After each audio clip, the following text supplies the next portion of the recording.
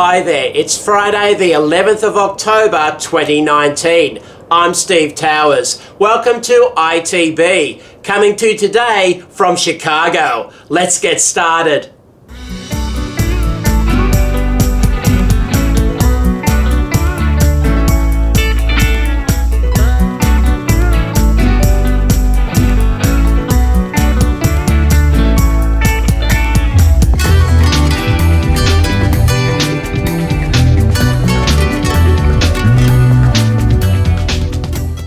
As I'm sure you know, the OECD has released a public consultation document on a proposed unified approach under Pillar 1. It's important to note that this is a Secretariat proposal. It's been drafted by the OECD Secretariat, and it's not a consensus document which reflects the views of either the OECD membership or the Inclusive Framework membership. You'll remember that Pillar 1 consists of 3 proposals. Proposal 1 on user contributions, Proposal 2 on marketing intangibles, and Proposal 3 on significant economic presence.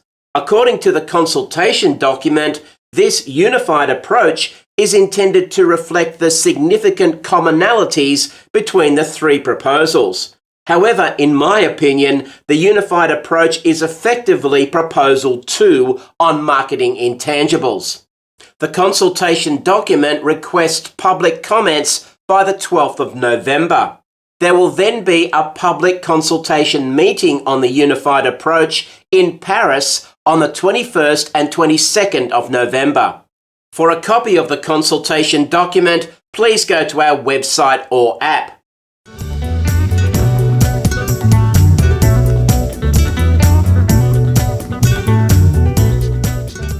The proposed scope for the unified approach covers 2 types of businesses. Firstly, large, highly digitalized businesses which interact remotely with users who may or may not be their primary customers. For example, intermediation platforms and online advertisement models. And secondly, large consumer-facing businesses, whether using highly digital business models or not. There are proposed exclusions for extractive industries, commodities, and possibly financial services. In regard to size, there is a suggestion that the scope would use the same 750 million euros threshold for global revenue, which is used for country-by-country reporting. The consultation document says this: further discussion should take place to articulate and clarify this scope, including consideration of how a consumer-facing business might be defined and how the concepts of consumer products or consumer sales would deal with the supply of goods or services through intermediaries, the supply of component products, and the use of franchise arrangements.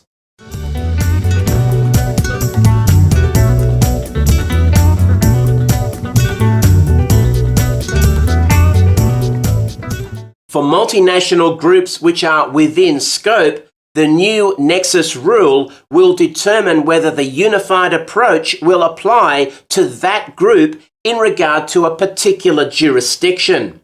The consultation document describes the Nexus rule in this way. The new Nexus rule would be applicable in all cases where a business has a sustained and significant involvement in the economy of a market jurisdiction, such as through consumer interaction and engagement, irrespective of its level of physical presence in that jurisdiction.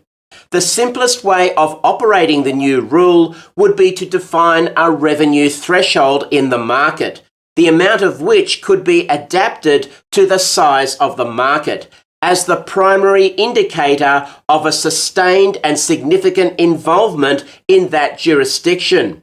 The revenue threshold would also take into account certain activities, such as online advertising services, which are directed at non-paying users in locations that are different from those in which the relevant revenues are booked.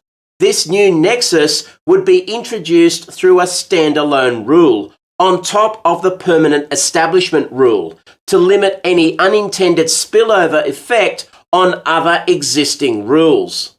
The intention is that a revenue threshold would not only create nexus for business models involving remote selling to consumers, but would also apply to groups that sell in a market through a distributor, whether a related or non-related local entity.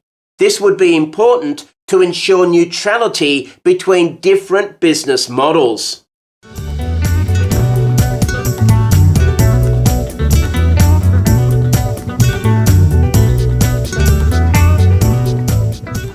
The unified approach proposes a 3-tier mechanism for profit allocation rules, amounts A, B, and C. Amount A is described in the consultation document in this way.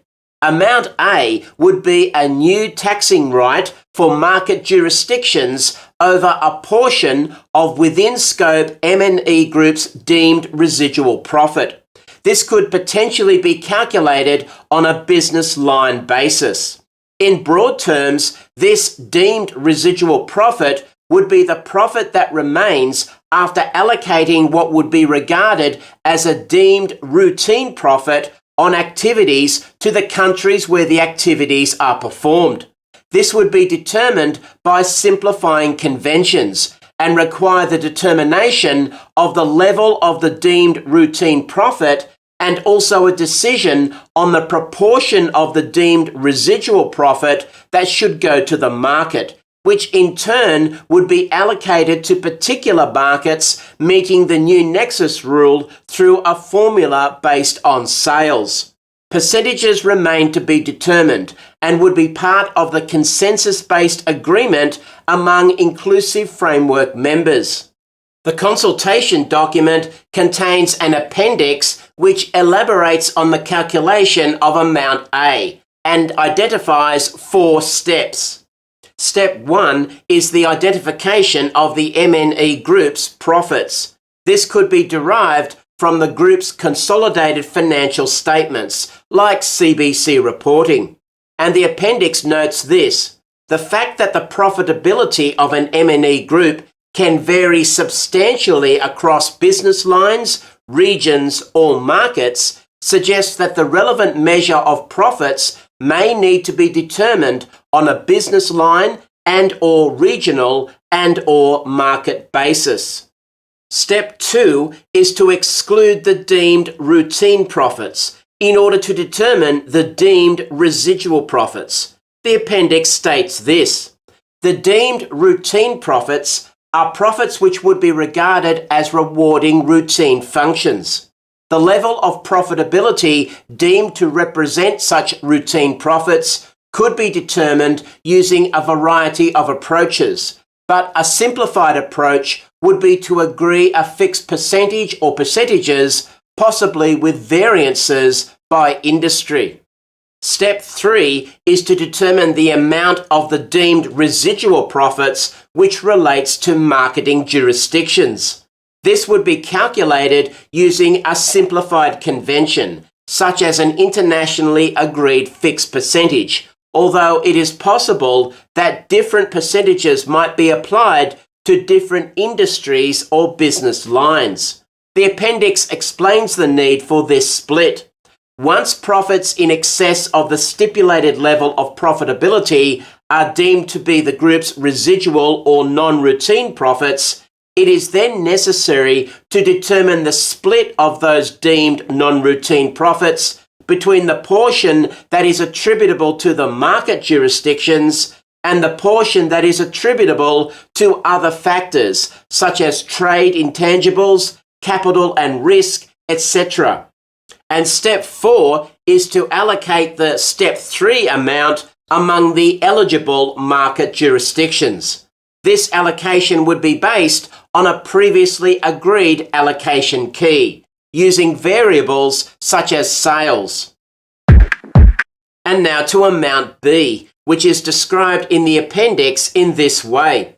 The second type of profit would seek to establish a fixed return or fixed returns, varying by industry or region, for certain baseline or routine marketing and distribution activities taking place in a market jurisdiction. The fixed return under Amount B would seek to reduce disputes in this area. The intention would be to benefit taxpayers and tax administrations, as it would reduce the risk of double taxation as well as the substantial compliance costs arising from the aggressive enforcement of current transfer pricing rules. Whilst the distinction between marketing and distribution activities and others performed by an MNE group will in most cases be clear, there will be some borderline issues. Therefore, a clear definition of the activities that qualify for the fixed return would be required. And finally, Amount C, which is described in the appendix in this way. Taxpayers and tax administrations would retain the ability to argue that the marketing and distribution activities taking place in the market jurisdiction go beyond the baseline level of functionality and therefore warrant a profit in excess of the fixed return contemplated under Amount B, or that the MNE group or company perform other business activities in the jurisdiction unrelated to marketing and distribution. In either case, an additional profit, Amount C, would be due where this is supported by the arm's length principle, though this would require robust measures to resolve disputes and prevent double taxation. In relation to Amount C, it would also be important to ensure that the profit under Amount A could not, whether in whole or part, be duplicated in the market jurisdiction. For example, based on an argument that some or all of the profit under Amount A is also in some way referable to the functional activity in the market jurisdiction, which is rewarded by Amount C.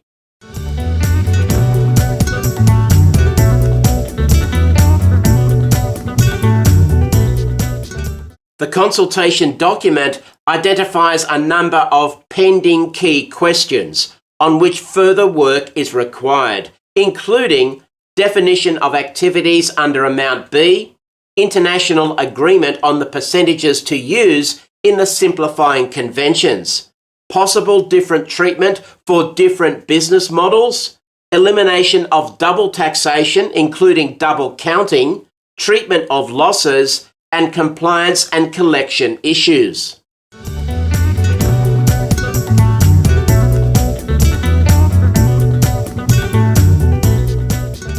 The consultation document includes a simple illustration. Let me take you through it. Group X is a multinational group which provides streaming services. It has no other business lines. The group is highly profitable, deriving non-routine profits. PICO, resident in Country 1, is the parent company of Group X. PICO owns all the intangible assets exploited in the group's streaming services business. Therefore, PICO is entitled to all the non-routine profit derived by Group X. QCO is a subsidiary of PICO and is resident in Country 2. QCO is responsible for marketing and distributing Group X's streaming services. QCO sells streaming services directly to customers in Country 2. QCO has also recently started selling streaming services remotely to customers in Country 3, where it does not have any form of taxable presence under current rules. Let's first consider Country 2, where Group X already has a taxable presence in the form of QCO. The first issue is to determine whether Group X has a new nexus in Country 2.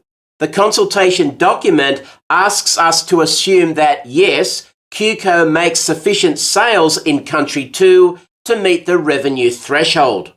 Next, we need to calculate Amount A. Strangely, the illustration in the consultation document does not show the 4 steps in the calculation.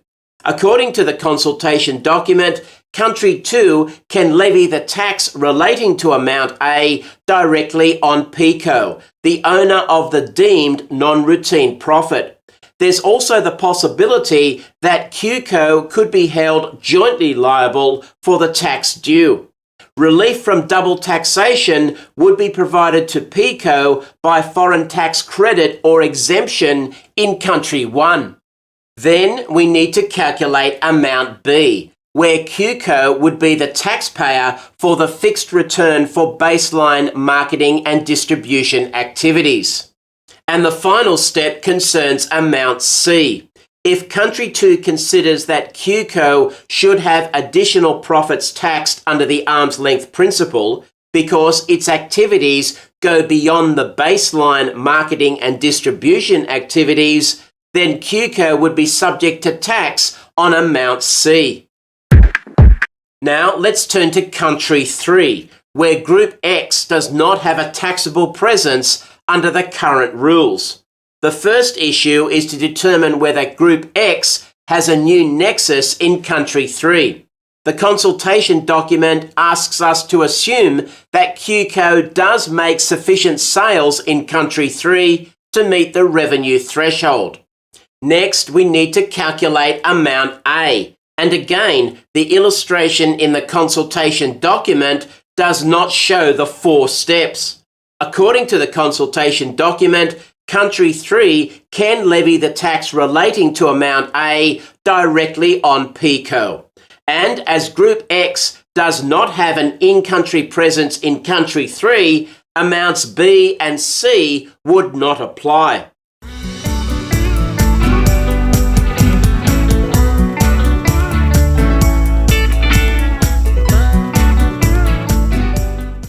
The OECD presented its latest Tax Talks webcast this week. The whole agenda was devoted to the Inclusive Frameworks Digitalisation project. There was a significant discussion of the consultation document on the unified approach under Pillar 1. In addition, there was discussion of the status of Pillar 2, the so-called Globe proposal, and the economic analysis and impact assessment. In regard to Pillar 2, a consultation document will be released in early November, and there will be a public consultation meeting on Pillar 2 in December. For the link to a replay of the webcast and a copy of the presentation slides, please go to our website or app. The Pillar 1 consultation document will be presented to the G20 finance ministers at their meeting on the 17th of October as an appendix to the OECD Secretary General's tax report. In that report, there are some interesting comments on the impact assessment of Pillars 1 and 2. The report says this: at this point in time, preliminary findings suggest that the combined effect of Pillars 1 and 2 would lead to a significant increase in global tax revenues, as well as a redistribution of taxing rights to market jurisdictions. Pillar 2 would yield significant increase of corporate income tax revenue globally. Pillar 1 involves a significant change to the way taxing rights are allocated among jurisdictions, but it would also lead to a modest increase in tax revenues. MNEs in digital-oriented and intangible-intensive sectors would naturally be significantly impacted by both pillars. Overall, on average, low and middle income economies would gain from Pillar 1, experiencing a higher rate of increase in revenues than high income economies, even though larger market jurisdictions will benefit more in absolute. Investment hubs, where the analysis suggests that levels of residual profit are high, would experience significant losses in tax base, all of which I think is to be expected. But the next statement in the report is more debatable. given that the counterfactual to a consensus-based solution would be a proliferation of uncoordinated and unilateral measures and an increase in tax disputes, the package would not adversely affect the investment environment, but would instead provide greater tax certainty. So, despite the fact that there will be a significant increase in global tax revenues, the package of two pillars would not adversely affect the investment environment due to the value of tax certainty. For a copy of the Secretary-General's tax report, please go to our website or app. In Austria, the bill for the 5% digital advertising tax has been passed by the upper house of Parliament. It was passed by the lower house last month. And in regard to Italy, it's been reported that the finance minister has said that the country's 3% digital services tax, which was enacted earlier this year, will commence on the 1st of January 2020.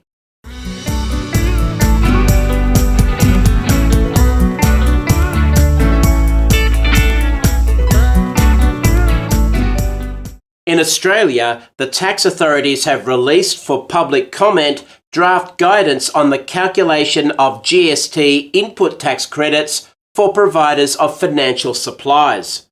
The draft guidance is a proposed update to an original public ruling which was issued in 2006. Public comments are requested by the 1st of November. For a copy of the draft guidance, please go to our website or app. In India, the government has amended the rule in regard to the calculation of secondary transfer pricing adjustments. For a copy of the government's notification, please go to our website or app. The Malaysian Investment Development Authority has issued new guidelines for the Principal Hub incentive.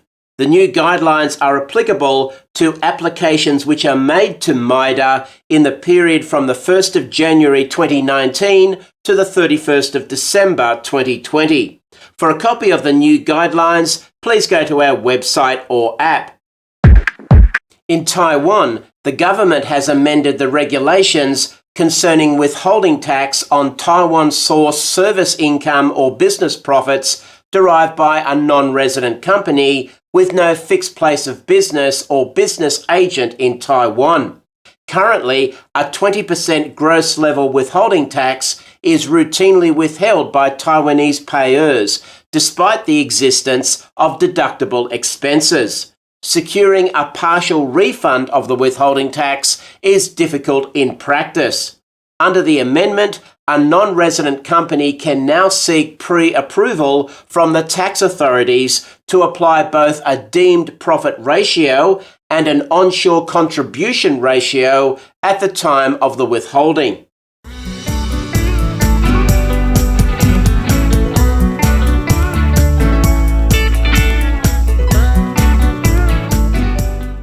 The European General Court has decided 3 related cases in regard to whether Belgium's former port tax regime constitutes illegal state aid. The court held that it does. For a copy of the 3 decisions, please go to our website or app. The European Court of Justice has decided a VAT case in regard to a producer organisation which receives payments related to the sale price of goods. The court held that the payments are subsidies directly linked to the price of supplies, and therefore they are part of the consideration for the supplies. For a copy of this decision, please go to our website or app. In the EU, ECOFIN has made some changes to its lists of non-cooperative tax jurisdictions. Firstly, in regard to the blacklist, both the UAE and the Marshall Islands have been removed. The Marshall Islands has been moved to the so-called grey list, pending compliance with its commitments. The UAE is now not on either list. 9 jurisdictions remain on the blacklist: American Samoa, Belize, Fiji, Guam, Oman, Samoa, Trinidad and Tobago, US Virgin Islands and Vanuatu. And secondly, in regard to the grey list, 5 countries have been removed: Albania, Costa Rica, Mauritius, Serbia and Switzerland. For a copy of ECOFIN's press release, please go to our website or app. In Ireland, the government has presented its 2020 budget. 3 items caught my eye. The first is the announcement that the proposed transfer pricing changes, which were subject to public consultation earlier this year, will be implemented effective the 1st of January 2020. So therefore, Ireland's transfer pricing rules will be aligned with the 2017 OECD transfer pricing guidelines. And Ireland's rules include an update facility to allow the government to easily adopt changes in the guidelines. For example, the forthcoming guidance on financial transactions will extend to non-trading transactions and capital transactions where the value is over 25 million euros, will apply to previously grandfathered arrangements, and will apply to SMEs, but only from a date to be notified by the government. The second item worth noting is that the dividend withholding tax rate will be increased from 20% to 25%, effective the 1st of January 2020. But the existing long list of exemptions remains. And the third item is the government's crackdown on excessive debt in Irish real estate funds. The interest on the debt has been used to avoid dividend withholding tax. 2 changes are proposed: a 50% debt limit and a minimum ratio of 1.25 to 1 for property income to finance costs. In the UK, the Court of Appeal has decided a case concerning the former manufactured overseas dividends regime, which applied in regard to certain stock lending transactions. The court held that the regime was an unjustified restriction on the free movement of capital and was therefore in breach of EU law. For a copy of this decision, please go to our website or app.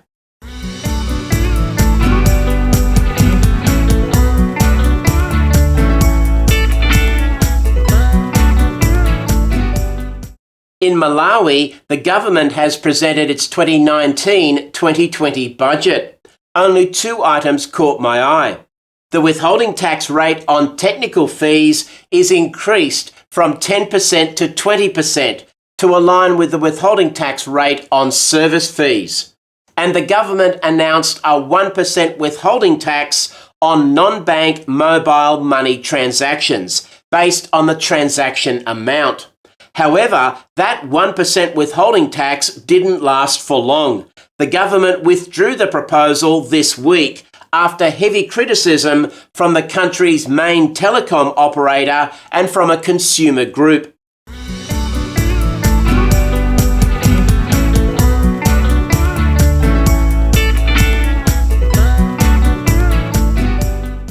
In Argentina, the tax authorities have released for public comment draft guidance on transfer pricing documentation.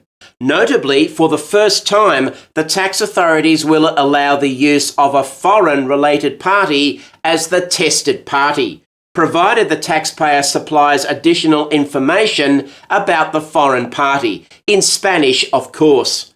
For a copy of the draft guidance, please go to our website or app.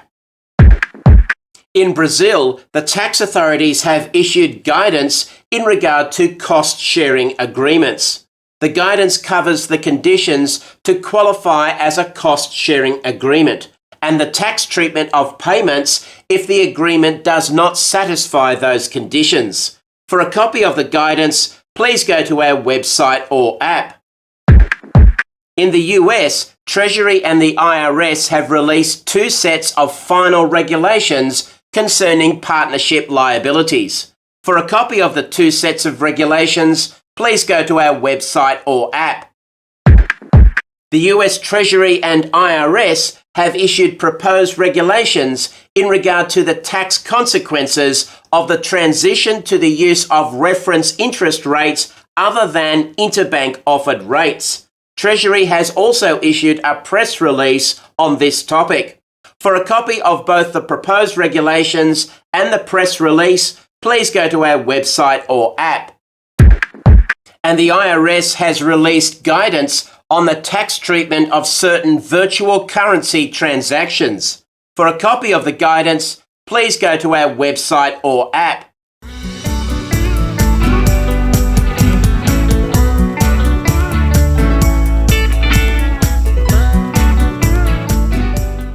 And now for this week's treaty developments, and another slow week.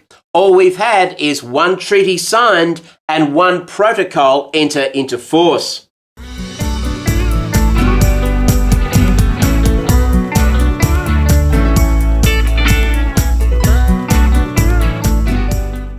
I have one article for you this week. It's called Valuations for Transfer Pricing of Intangibles, a comparative analysis of the excess earnings method and residual profit split.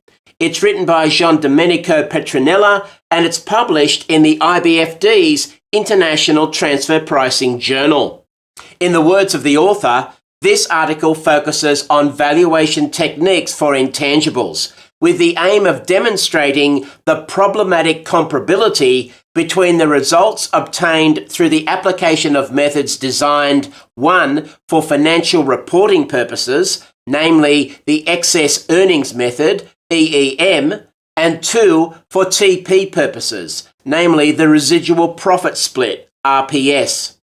The author concludes, the extent of the comparability between the portions of profit attributable to intangibles as a result of applying the two methods appears to be problematic. At root, the problem rests on the different underlying conceptions of the firm. The EEM conceives of the firm as an ensemble of assets, while RPS conceives of the firm as an ensemble of transactions between combinations of functions and assets, in line with the fundamental TP approach.